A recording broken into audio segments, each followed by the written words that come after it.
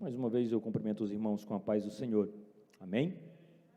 Louvado seja o nome do Senhor. Estamos felizes, irmãos, pelo segundo culto da família deste ano. Nós já vemos nessa trajetória, nessa jornada, à frente do culto da família.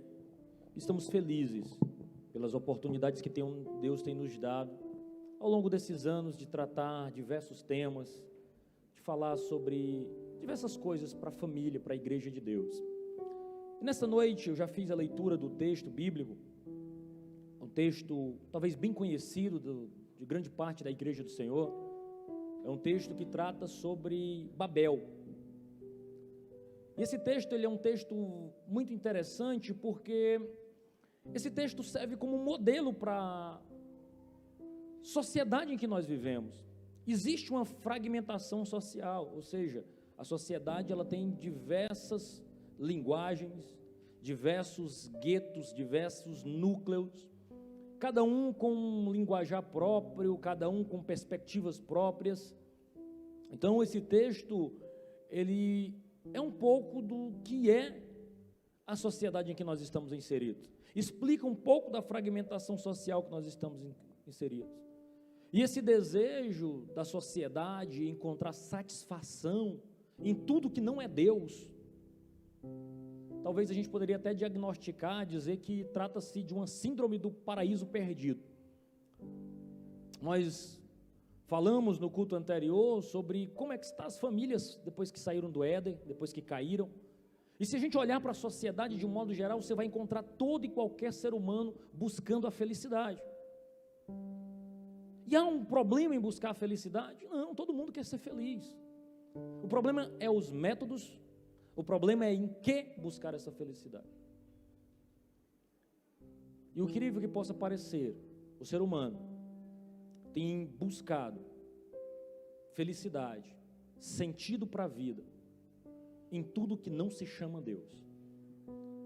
Hoje, é fato, a maioria dos historiadores, teólogos vão concordar que a sociedade em que nós estamos inseridos, ela é uma sociedade pós-cristã. Ou seja, a maioria das pessoas que estão aí fora, os seus amigos, colegas de trabalho, olham para o cristianismo que lhes é apresentado e não encontram sentido nesse cristianismo. Então eles buscam na droga, no consumo, nas posses, na influência política, na própria política de algum modo, satisfação para o seu coração, buscando encontrar sentido para a sua vida. Esse texto, eu quero trabalhar com você nesta noite sobre rebelião, reprovação e redenção, a partir do texto de Gênesis 11, capítulo 1, até o versículo 9. Se você puder, mantenha a sua Bíblia aberta, porque para que nós entendamos esse texto, nós precisamos recorrer ao contexto próximo, mas também ao contexto próximo e imediato de que aconteceu essa narrativa bíblica. A palavra de Deus, irmãos, mesmo no texto de Gênesis, que às vezes muitos vão achar que tem um texto complexo, mas o apóstolo Paulo, escrevendo aos Romanos, no capítulo 15, versículo 4, ele diz assim: tudo quanto foi escrito para o vosso ensino foi escrito, para que pela paciência e consolação tenhais esperança. Ou seja, a nossa esperança é que de algum modo esse texto venha falar aos nossos corações desta noite, não porque eu estou pregando, não porque eu preparei um sermão, mas porque o Espírito de Deus está no nosso meio, ele tem desejo de falar com sua igreja, com seu povo, tratar os nossos corações. E tudo isso, esse texto, ele faz sentido à luz de Gênesis 1, 2 e 3. Como eu lhes disse no sermão anterior, basicamente é a moldura teológica da Bíblia como um todo, nós vamos encontrar em Gênesis 1, 2 e 3. É onde Moisés, ali inspirado por Deus, dá molde a tudo que há, dizendo que no princípio criou Deus os céus e a terra. Apesar de ser um versículo bastante simples, mas dá sentido a tudo que nós temos, onde nós estamos inseridos, tem um Criador. Esse Criador é o poderoso Senhor da terra, o nosso Deus, esse Deus que nos ama, que nos ergue por seu poder. E se tudo foi criado por Ele, se tudo é obra de suas mãos, se tudo que nós desfrutamos, do oxigênio que nós respiramos, foi feito por um Deus, e nós inclusive fomos feitos por esse Deus, a sua imagem e a sua semelhança, não tem como nós encontrarmos satisfação fora desse Deus. Então a moldura teológica que eu quero lhes apresentar nesta noite é pautada em um Deus criador, um Deus que sustenta todas as coisas. Se você perdeu essa perspectiva, se isso não faz sentido para você, em nome de Jesus, não saia daqui sem acertar sua vida com Deus e olhar para um Deus criador e redentor que pode acertar e dar sentido à nossa vida. Note, meus irmãos, que quando Adão peca, ele rompe um pacto que foi feito, o pacto das obras. E Deus reestabelece, a partir de Noé, um pacto da graça. Agora o que nós somos sustentados não mais pelas obras que nós fazemos, mas pela pura misericórdia de Deus cuidando de cada um de nós. O que nós estamos diante de um texto que é um final das divisões de Gênesis. A primeira divisão de Gênesis, ela vai do capítulo 3 até o capítulo 4, o finalzinho do capítulo 4, e essas divisões, elas são chamadas de toledotes. Aqui nós estamos no toledote de Adão, ou no toledote de Noé e seus filhos, que é exatamente a última parte desse entendimento acerca da narrativa bíblica, acerca da história dos descendentes de Noé. Os descendentes de Noé, eles seguem a direção de Caim. Deus destrói através do dilúvio e recomeça com Noé e estabelece um pacto com ele. E nesse pacto Deus diz para Noé, diz, olha, eu não vou destruir mais a minha criação com água. Vocês fiquem tranquilos, eu faço um pacto, uma aliança com vocês. Mas ainda assim, os descendentes de um dos filhos de Noé, chamado Cã, ele começa a ter as suas atitudes e as suas obras pautadas no que a gente tratou, quem sabe no sermão passado, falando sobre a semente da serpente e a semente da mulher. A semente da mulher, aqueles que confiam em Deus, na sua obra, na sua palavra, no seu poder. E a semente da serpente, aqueles que vêm, que negligenciam, que estão selados e comprometidos com tudo aquilo que não é Deus. E aqui, os filhos de Cã, um dos descendentes de Noé, seguem os princípios da semente da serpente. E um dos seus descendentes, um poderoso senhor naquela terra, chamado de Nimrod, ele se estabelece. Ele se estabelece e não só se estabelece, ele forma uma cidade. E aqui, nesse contexto de Gênesis, a cidade é um sinal de rebelião contra Deus, porque a ideia de Deus era que todo o seu povo confiasse no seu poder e andasse pela terra, crescendo e sendo fecundo, confiando não em cidades como objetos de proteção para eles, mas confiando na proteção de Deus, porque a semente da mulher, até então, ela habitava em tendas. Você vai ver isso mais à frente com Abraão, repousando à luz do luar, olhando e confiando na dependência de Deus. Agora a semente da serpente, aqueles que reprovam o relacionamento com Deus, constroem muros, cidades para si, dizendo, eu estou protegido, independente de Deus. Meu Deus, quantos de nós não muitas vezes agimos deste modo? Buscamos proteção naquilo que não é Deus, achando que o nosso nome, os nossos bens, o nosso estado social, a nossa força política, a nossa influência é proteção para as nossas vidas e para a vida da nossa família. Mas eu quero te dizer, em nome de Jesus, você é filho de Deus, e como filho de Deus você é semente da mulher. E como semente da mulher, a nossa esperança não é apegada aqui nesta terra, mas a nossa esperança é uma pessoa, é Jesus de Nazaré. É Ele que cuida da sua semente, é Ele que te sustenta, é Ele que nos guarda, é Ele que nos guarda e nos guia para a glória do seu nome. E é interessante aqui perceber que Deus é um Deus que frustra os intentos dos homens. Aqui há o desejo deles, e a gente vê esse desejo muito claro no verso 4, quando aquele povo ali reunido, pega e diz assim, vamos construir uma cidade, uma torre cujo topo chegue até os céus, e teremos célebre o nosso nome, para que não sejamos espalhados por toda a terra. Olha só qual era o desejo desse povo, se estabelecer, quando Deus diz assim, vaguem e encham a terra.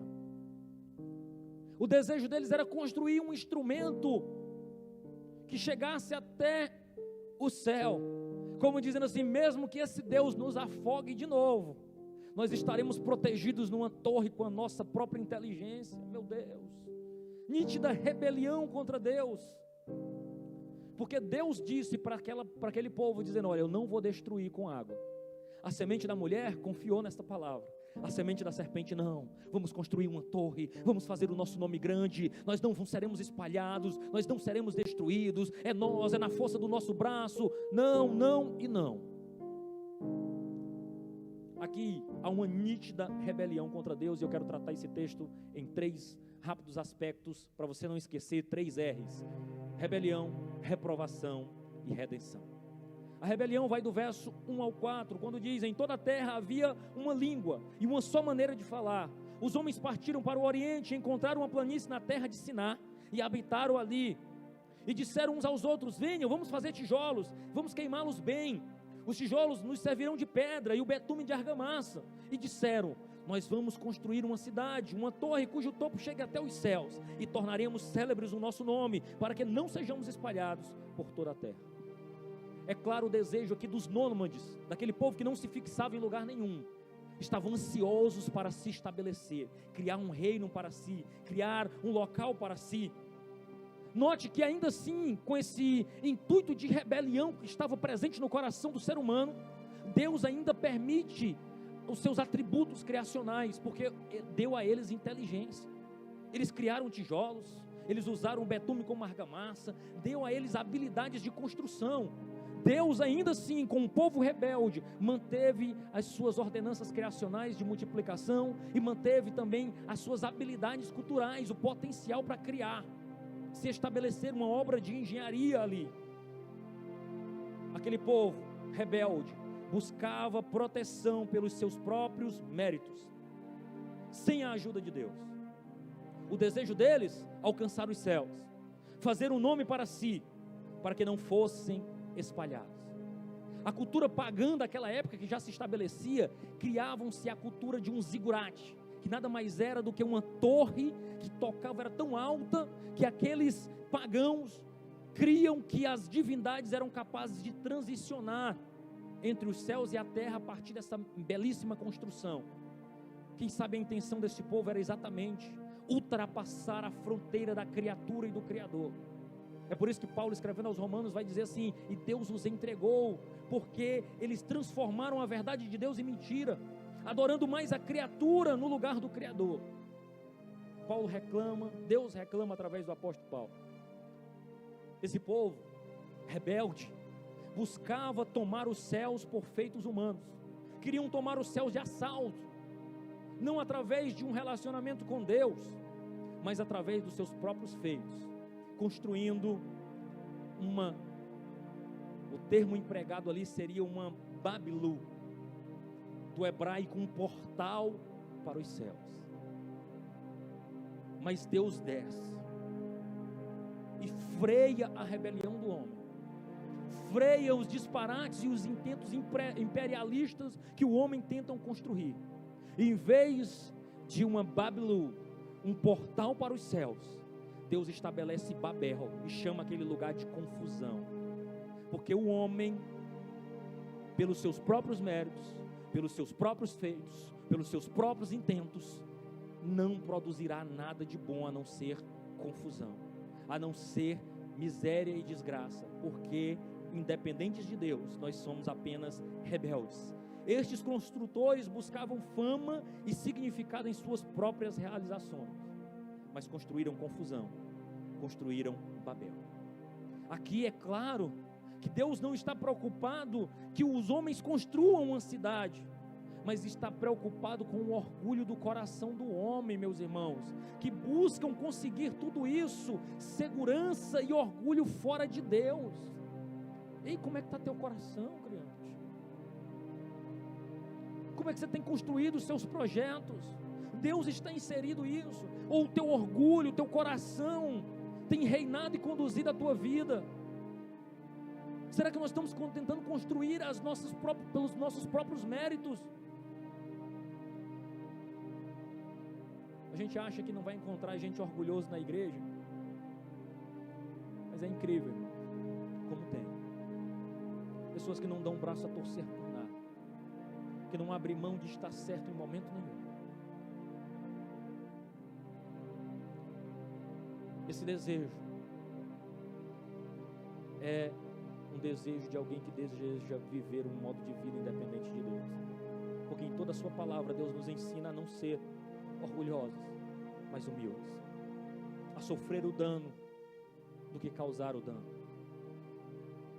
Quando eu busco pelos meus próprios meios a justificativa para as minhas faltas, eu estou desprezando a palavra de Deus e dizendo: eu não preciso desta palavra, eu sozinho consigo fazer e vencer e conquistar. O que isso significa para nós? Meus irmãos, os seres humanos buscam reverter as maldições da queda sem o auxílio de Deus, mas eu quero lhe dizer que toda tentativa humana de proteção, de evitar condenação ou de tomar o céu de assalto é frustrada. A cidade que muitas vezes nós estamos inseridos, ela busca incessantemente, através desse espírito humano, e não se deterá por nada, a menos que tente usurpar o trono de Deus. Eu quero dizer para você: há um Deus sentado no trono. Há um Deus sentado no trono. Nunca, nada, nenhum ser humano vai destronar Deus, porque o Deus que nós servimos, Ele está assentado no trono. Quando tudo parece perdido, quando tudo parece sem solução, nós relembramos a visão de Isaías 6, quando ele diz: eis que vejo um alto e sublime trono, semelhante ao Filho do Homem. Deus está sentado no seu trono. Louvado seja o nome do Senhor. A semente da mulher, ela confia em Deus, confia na sua palavra, confia nas suas promessas. Isso lhe dá segurança, mesmo que ela não tenha muros na cidade ou uma torre para se proteger. A semente da serpente não, ela não confia no Senhor, ela busca resolver a situação pelos seus próprios meios, e toda vez que nós agimos assim, nós nos manifestamos rebeldes a Deus. Eu quero dizer, tu está enfrentando alguma situação que para teus olhos não parece ter solução, eu quero te dizer, confia nas promessas de Deus, confia na palavra de Deus. Pelos seus próprios méritos você só vai gerar confusão. Confia em Deus, pelos seus próprios méritos você não chegará a lugar nenhum. Você é filho de Deus, você é semente da mulher. Não busque proteção em torre alta, em feitos humanos, mas busque proteção no Senhor. Continuando, versos 5 ao 7, diz assim, a reprovação de Deus. Então o Senhor desceu para ver a cidade e a torre, em que os filhos dos homens estavam construindo. E o Senhor disse: eis que o povo é um, e todos têm a mesma língua.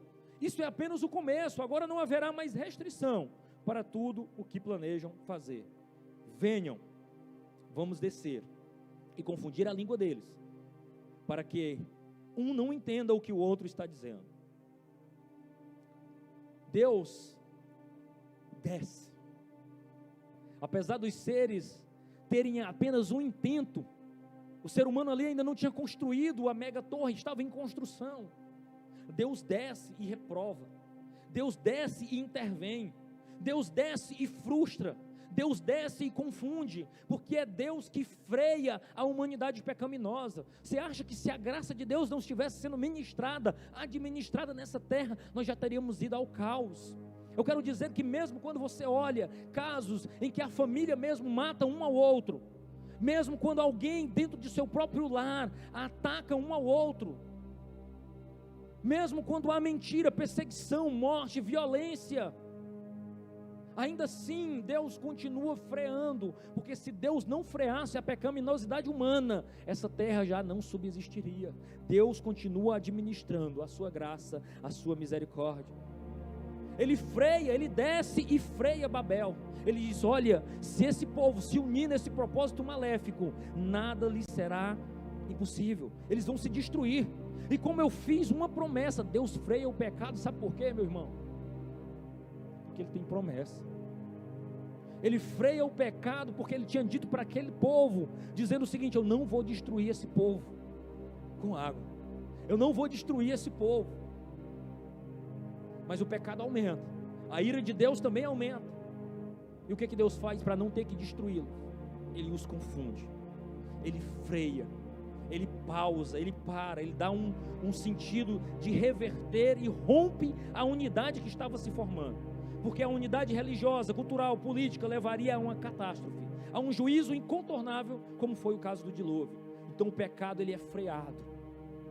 E é por isso que Deus mantém aqui nós como igreja sua, para alertar a todos aqueles que nos escutam, que há um Deus que nos ama, que nos recebe de volta, que perdoa pecados, e cada um que nos tem contato conosco deve estar consciente de que nós servimos a um Deus justo e poderoso, e que Ele tem uma oportunidade de ter um encontro com esse mesmo Deus que nós servimos, de modo que nós somos uma declaração pública daquilo que Deus faz e daquilo que Deus é.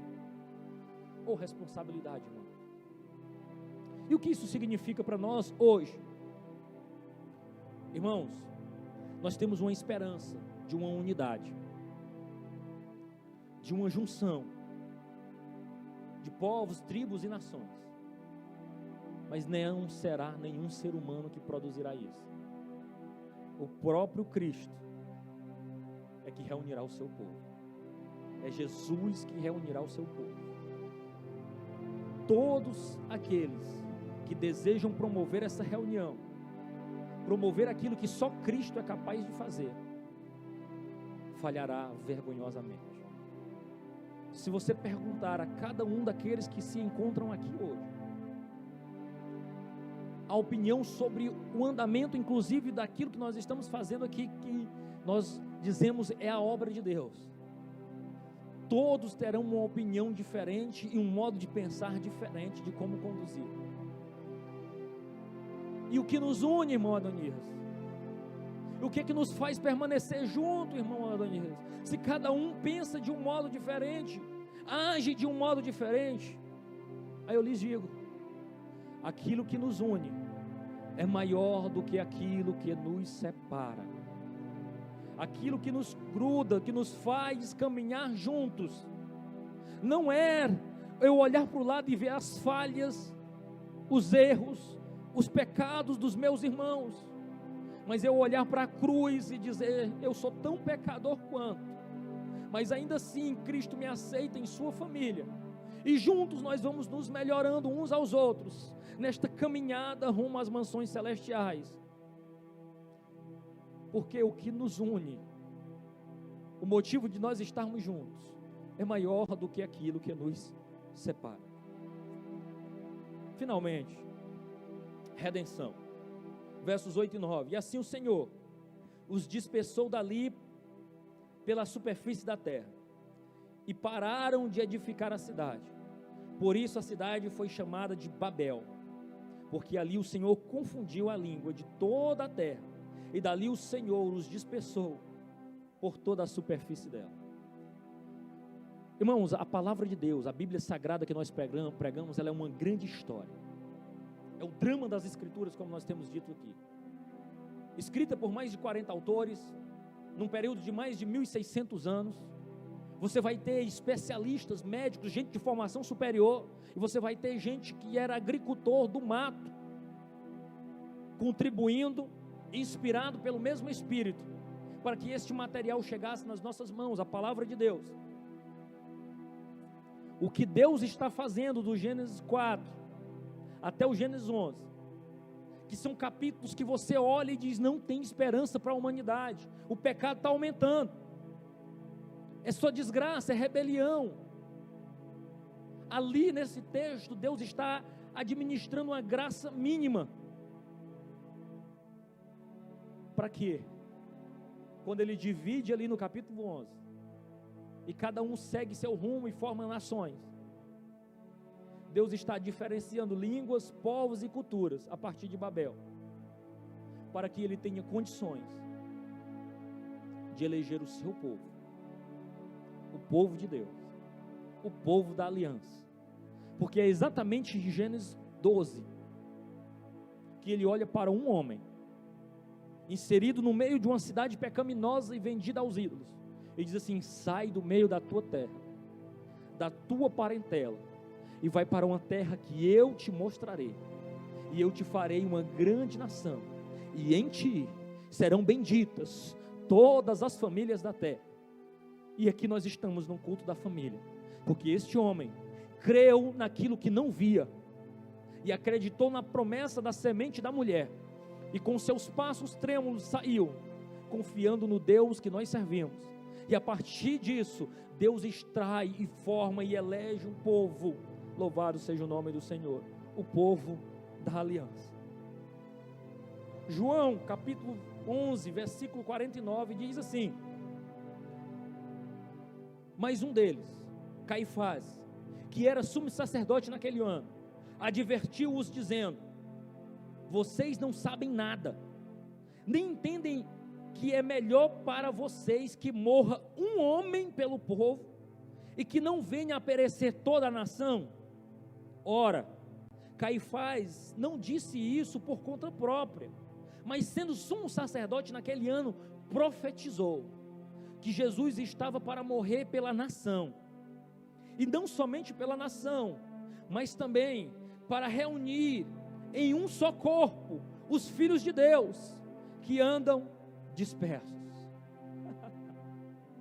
Aquilo que Babel produziu, Cristo com sua morte agora nos reúne. Louvado seja o nome do Senhor. Você não entendeu? Aquilo que Babel produziu, diversas nações, línguas, pensamentos diferentes, Cristo morreu para reunir povos, tribos e nações em torno dele. Louvado seja o nome do Senhor. Cristo agora reúne. Eu preciso que você redobre a sua atenção, porque em Atos 2, que nós chamamos de Pentecostes, há uma grande manifestação de derramamento do poder de Deus, do Espírito Santo de Deus, cumprindo-se uma promessa feita lá em Joel 2:28, e ali acontece um grande milagre, que muitas vezes nós damos muita atenção ao falar em outras línguas, mas o grande milagre ali revelado é que todo aquele povo que estava reunido naquele lugar, ouviu o quê? As maravilhas de Deus. Em que idioma? No seu próprio idioma. Louvado seja o nome do Senhor. O que Babel faz, Deus reverte no Pentecoste, criando uma comunidade cheia do seu Espírito, que através do Espírito de Deus, irmãos, agora nós falamos a língua. Shuri canta lá, maná, suriá. Pentecostes, irmãos, reverte Babel. Pentecostes, irmãos, reverte Babel. A confusão ela é revertida, e agora há uma formação de uma nova comunidade, não marcada por confusão, mas reunida no poder do Espírito Santo, a igreja de Cristo. Pentecostes tem esse potencial, a descida do Espírito Santo, irmãos, porque com o Espírito Santo em nós ouvimos e entendemos. Sem Ele, nós entendemos mal, temos temor, desconfiança e autoambição. A unidade não pode ser engendrada ou construída pelos seres humanos, porque ela é matéria do Espírito Santo de Deus. Aquilo que nos mantém juntos, irmãos, como comunidade de fé, é estarmos rendidos ao Espírito Santo de Deus. Porque toda e qualquer confusão, ela é revertida pela manifestação do Espírito Santo de Deus nas nossas vidas. O Pentecostes reverte Babel. Aonde há confusão, a ausência do Espírito Santo de Deus. Mas aonde há o Espírito Santo de Deus atuando, conduzindo, guiando, a confusão é deixada de lado, e nós passamos a glorificar o nome do Senhor. cheios do Espírito Santo, irmãos, ouvimos, entendemos e nos sacrificamos em amor uns pelos outros. E o que isso significa? Todos os ouvintes originais de Babel, e mesmo eu e você, que somos habitantes de cidades grandes, cheias de muros, cercas elétricas, proteção, um claro contraste entre a cidade de Deus, o povo da aliança que confia em Deus, aqueles que esperam como Abraão esperou, como diz Hebreus 11:10, porque Abraão aguardava a cidade que tem fundamentos, da qual Deus é arquiteto e construtor. Deus projetou e construiu a Nova Jerusalém. A sua promessa é de nos dar uma cidade-jardim. E não só isso, mas também nos dar um novo nome, mudar o nosso nome, mudar a nossa estrutura, mudar as nossas convicções. Agora, uma vez que nós fazemos parte desta comunidade de Deus, cheios do Espírito Santo de Deus, nos rendendo a Ele, nós iremos perceber piamente que o problema não é a igreja, não é a família ou o casamento. Será sempre o coração do homem que não se rende a Deus. Porque toda vez que o meu coração é resistente em se render ao agir de Deus, eu vou gerar uma Babel. Mas eu quero dizer para você, há esperança. Porque uma vez cheios do Espírito Santo de Deus, o Pentecoste reverte Babel. O Espírito Santo de Deus reverte qualquer confusão, qualquer desavença, qualquer ruptura, seja na família, seja na igreja, seja no casamento, seja em todo e qualquer ambiente. Porque como nós, povo da aliança, cheios do Espírito Santo de Deus, nós poderemos andar e glorificar o seu santo nome. Rapidamente, quero concluir dizendo, dar uma resposta para cada um desses casos. A rebelião, meu conselho é, pare de tentar construir significado para a sua vida fora de Deus. Seja pela construção de zigurates, seja pela construção de qualquer outro projeto humano. Não busque cura à condição humana por conta própria. Você não vai encontrar sentido para a sua vida pessoal, profissional, relacional, religiosa, fora de Deus. Tudo é construção humana, mas quem reveste Babel e traz sentido, entendimento e significado é o Espírito Santo de Deus. Ele é quem regenera o nosso coração. Então a resposta para a rebelião é um coração entregue a Cristo Jesus. A resposta para a reprovação é que nós devemos ter cuidado com seduções imperialistas.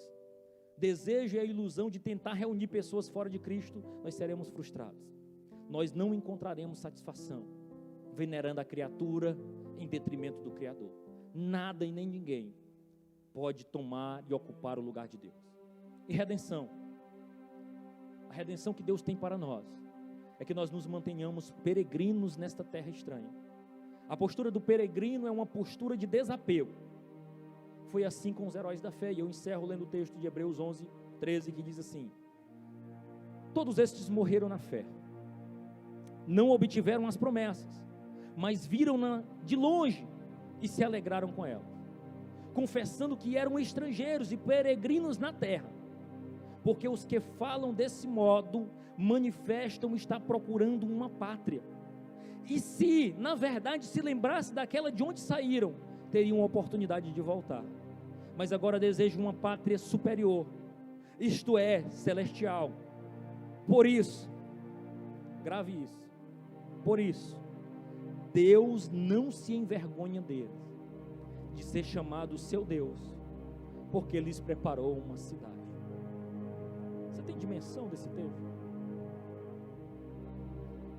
O escritor aos Hebreus revela que Deus olha para aqueles que têm um coração centrado nele, que não almejam nada dessa terra, mas têm a cultura e a visão do peregrino, daquele que está aqui apenas passando um tempo, mas a sua pátria é celestial. Deus olha para eles e diz assim: eu não me envergonho de ser chamado Deus dele. Imagine o Deus, o poderoso Senhor da terra, olhar e dizer: eu tenho um orgulho de ser Deus dele. Que alegria para mim ser chamado de Deus dele. Olha, ai, meu Mário, aleluia. Aguardamos a pátria celeste, que não foi construída por mãos humanas, mas que Deus é o seu arquiteto e edificador. Nossa satisfação não é aqui, nossa satisfação vem de Deus. Em Cristo vemos a nossa esperança com nitidez. Viva na cidade dos homens como um habitante da cidade de Deus. Boa parte dos nossos problemas é porque nós achamos que estamos aqui. Porque se o nosso coração estivesse centrado em Deus, nós daríamos menos importância aos problemas, às dificuldades, às lutas que nos cercam. Não estaríamos ansiosos, não estaríamos destruindo uns aos outros, mas estaríamos confiando que há um Deus que cuida de cada um de nós. Que Deus em Cristo nos abençoe, em nome de Jesus.